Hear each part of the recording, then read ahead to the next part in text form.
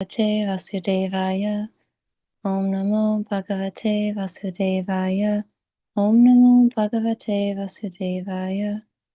Narayanam Namaskritya Naram Chaiva Narottamam Devam Saraswatim Vyasam Tato Jayam Udirayat Shinvatam Sa Kata Krishna Punya Shravana Kirtana Riddhi Anta Stohi Abhadrani Vidhu Noti Suritsatam Nasta Prayashu Apatreshu Nityam Bhagavata Sevaya Bhagavati Uttama Shloke Bhaktir Bhavati Naishake.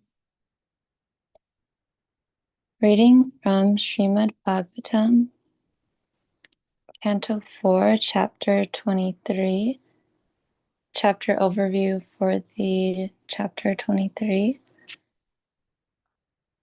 So this chapter is called Maharaj Prithu's going back home. And so just pulling up my notes for the verses. So this chapter narrates the final stages of the life of Maharaj Prithu. Maharaj Prithu is a very powerful and exemplary king. He's a Vaishnava and a Shakti-Avish avatar. So Maharaj Prithu and his chaste wife Archie are culminating in their return to the spiritual world in this chapter.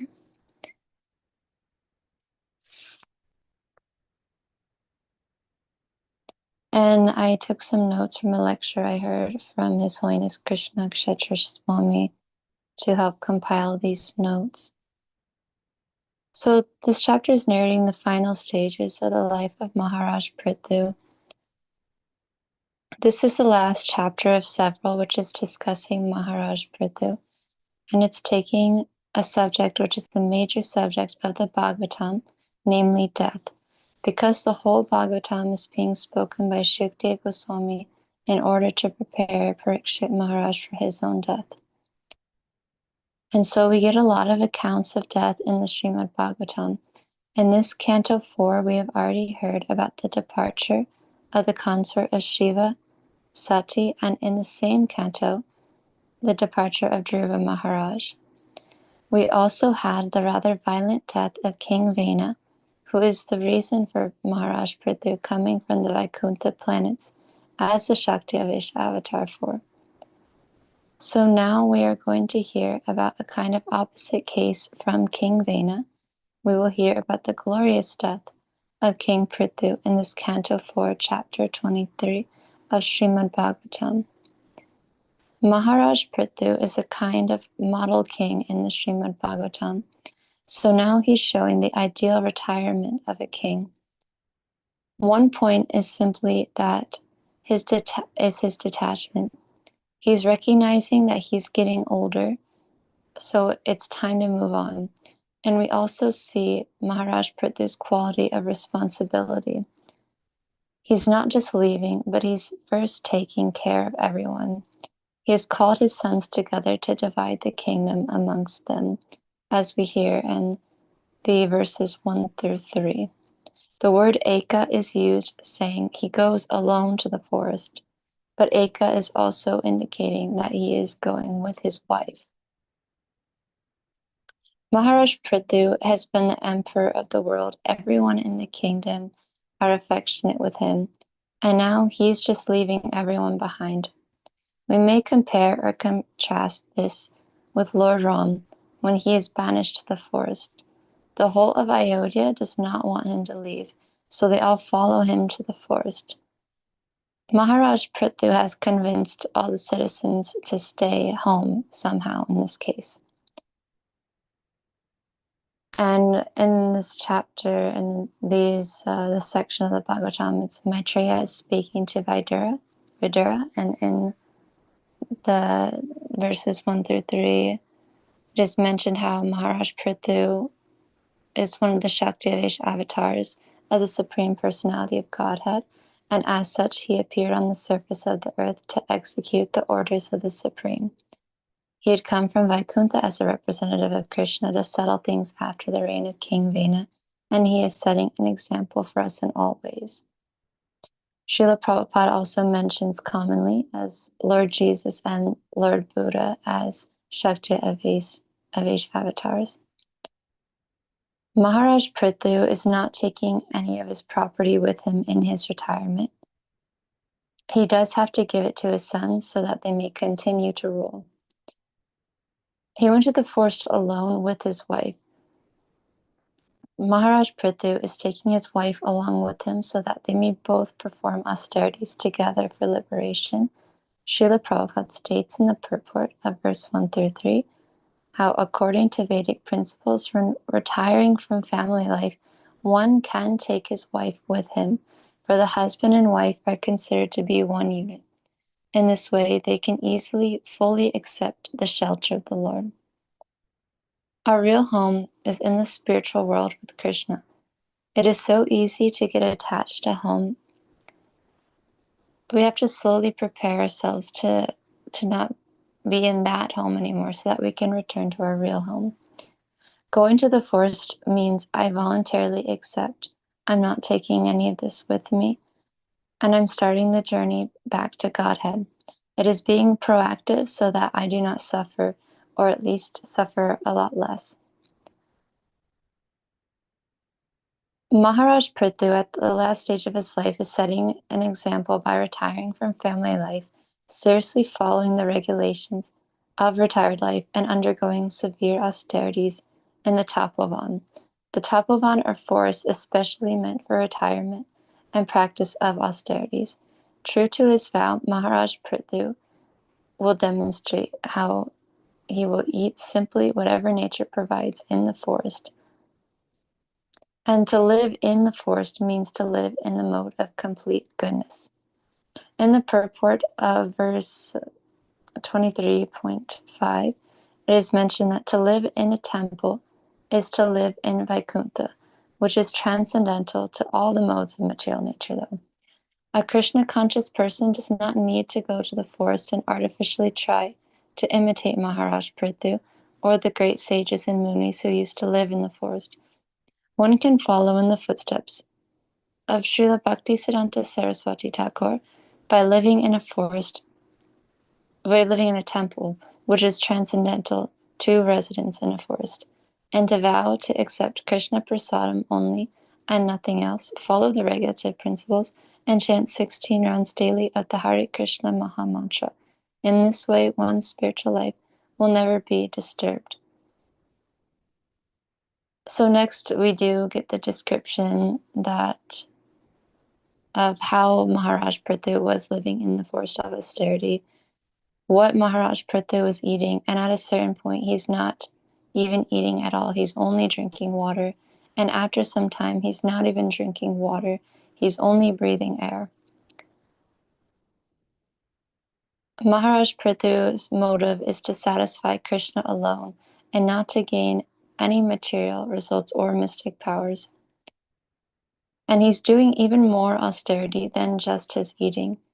He is sitting among 5 kinds of heat in the middle of summer. He stands out in the middle of rain in the rainy season, and in winter he stands in water up to his neck, and at night he lies down on the floor with no cushion to sleep.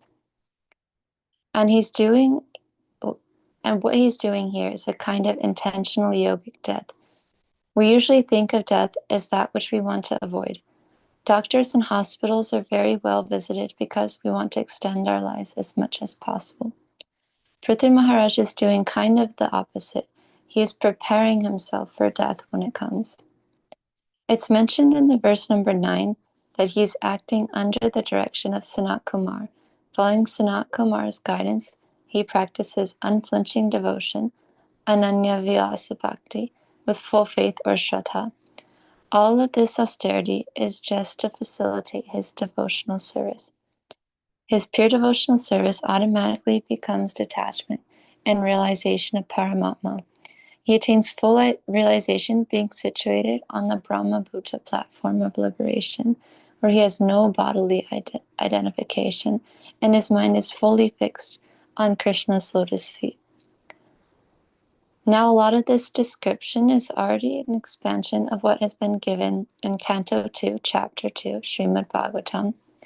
You can read a short description of the yogic method of leaving the body. One structural element of the Bhagavatam is that things are repeated, but they are not just repeated, they're expanded. And in this case with Maharaj Prithu, the point of expanding is given in the verse number 12, where a description is given of how Maharaj Prithu had become completely free of the bodily conception of life. In the midst of all of this austerity, he's actually enjoying very much, and what he's enjoying is mentioned in verse 12. He's enjoying hearing the speeches of Gadadra, the person who holds the club, namely Lord Vishnu. Even though he's been practicing yoga so intensely, he doesn't care about the yoga. Maharaj Prithu has gone beyond the habits and practices and austerities. He is completely free, and he is beyond Gyan and yoga. Therefore, he is most fully alive because of feeling the presence of the Supreme Person. In verse 13, it is stated that Maharaj Prithu gave up his body. Perfection of life or liberation due to his pure devotion and austere discipline. Prithu attains liberation and returns to the Vaikuntha planets, the spiritual world, in his spiritual body. Next, his wife, Archie, will give up her body, but in a very dramatic way. In verse 19, we're being reminded of how Maharaj Prithu and Queen Archie had left for the forest together, with emphasis this time on the delicacy of Queen Archie. The contrast of her life as a queen to now exceeds the contrast between Maharaj Prithu's life prior to renunciation in Tapovan. Queen Archie's body was very delicate. Normally, queens don't even touch the earth with their feet. They're carried wherever they go. In verse 20, it describes how Queen Archie is willing to take all this austerity. And because she has gained the higher taste due to her attachment she has for serving her husband. In verse 21, it is mentioned that some lamentation was there upon seeing that her husband had left his body, but not so much, and that is because she knows that the story is not over. In verse 22, Queen Archie is now doing the act of committing sati or sahagamana. This is where a widow burns herself on her husband's funeral pyre. Today, we consider this very horrible in the modern society. The practice has degraded much from what it was during the time period of King Prithu and Queen Archie. Relatives would force the widow to follow her husband rather than it being her own free will choice. In the case of Queen Archie, it is her own free will choice. It is important to note the spiritual advancement of Queen Archie is so high, therefore she is not someone to imitate. She prepares the funeral pyre, a fire for burning the body of her husband, and then she will enter into that fire herself. She was undisturbed and completely focused on her purpose in this act. Maharaj Prithu and Queen Archie both had intentionality in their method of dying. Prithu Maharaj had prepared himself by doing all these austerities, and in a similar way his wife prepares herself and then gives herself to the flames. In both cases, the deaths were glorious. This is a major concern of the Bhagavatam, and to contrast the glorious death with the inglorious death of King Vena is significant. In verse 23, the Srimad Bhagavatam is highlighting that a woman glorifying the women, which is quite revolutionary. Normally in patriarchal society, it's just glorifying the men, but here we hear differently. And it is thousands of wives of the demigods who are glorifying and offering prayers to Queen Archie.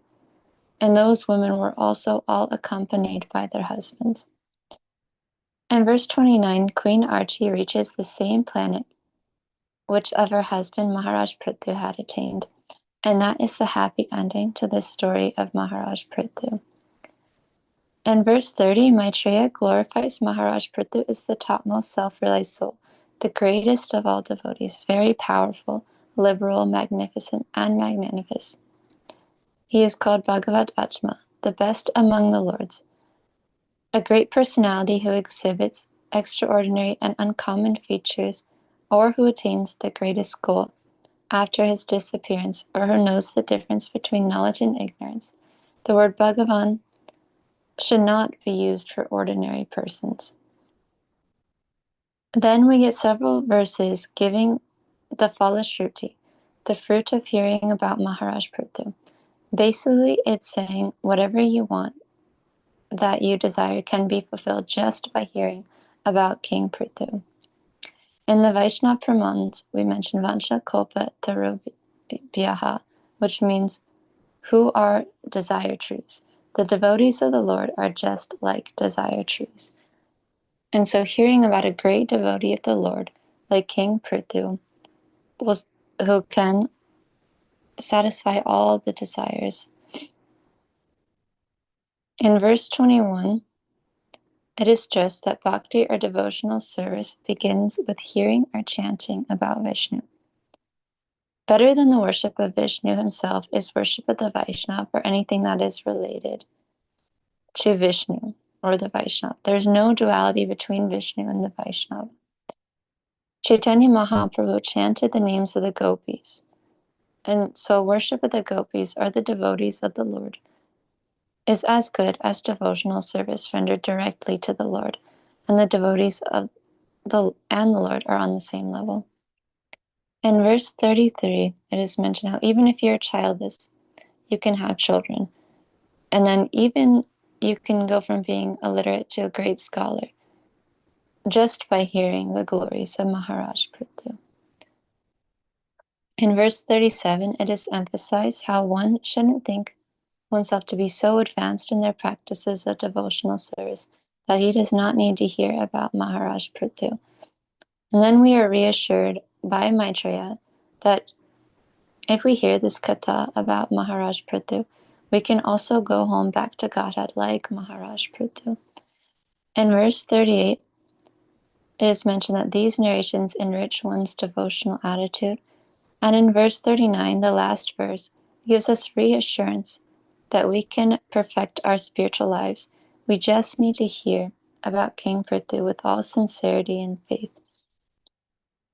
This practice liberates one from the ocean of nescience and the influence of the modes of nature by the mercy of the controller of material nature, the Supreme Personality of Godhead, Sri Krishna. By constant and loving Shravanam Kirtanam of these activities, liberation from the ocean of nescience will surely happen. And we should now prepare mentally and spiritually to detach from the temporary material homes which we live and return to our real home with Krishna. That way there will be much less suffering, and we will naturally be ready at the time of death to go back to Godhead.